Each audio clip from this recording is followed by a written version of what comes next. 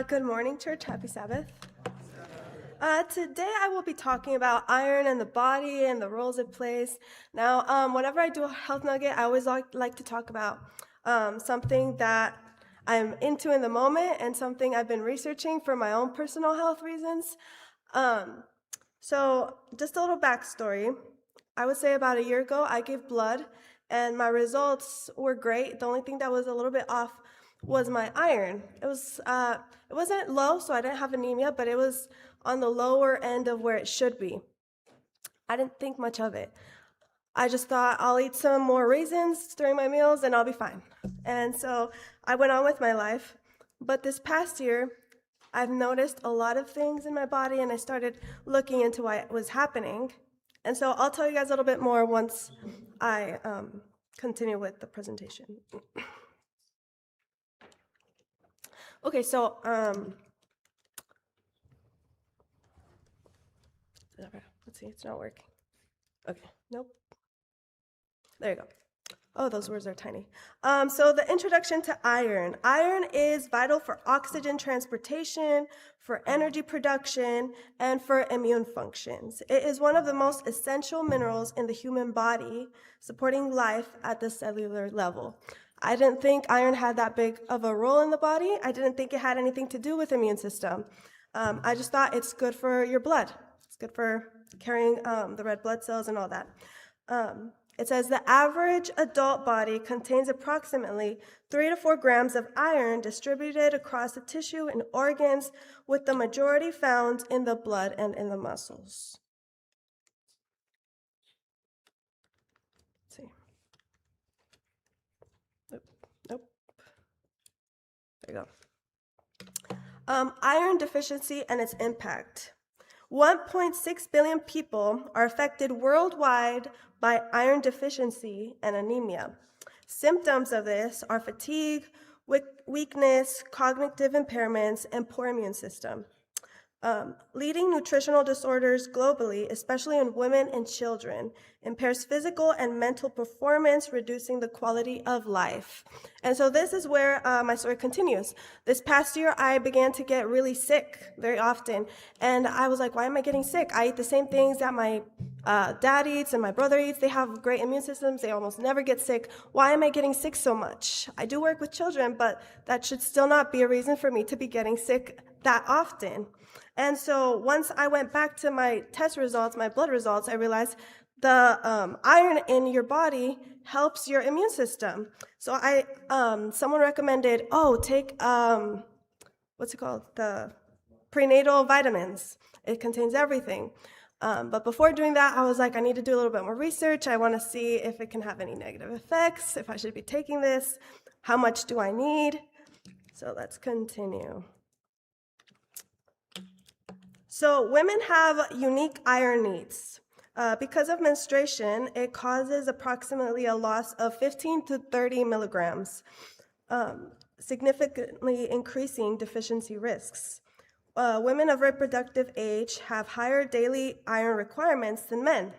And so that goes back to why I was getting much more sick than my brother and my father.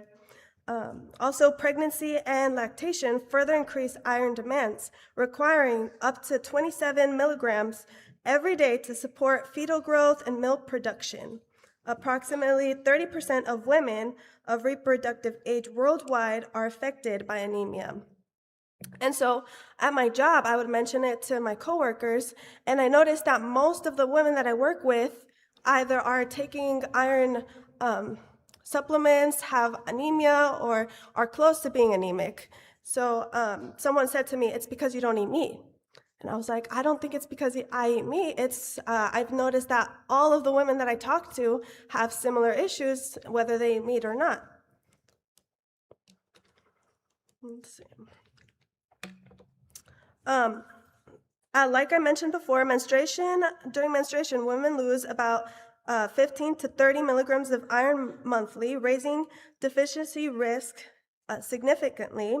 And non-menstruating women and men have lower iron requirements. The recommended intake is 18 milligrams a day for menstruating women versus 8 milligrams a day for men.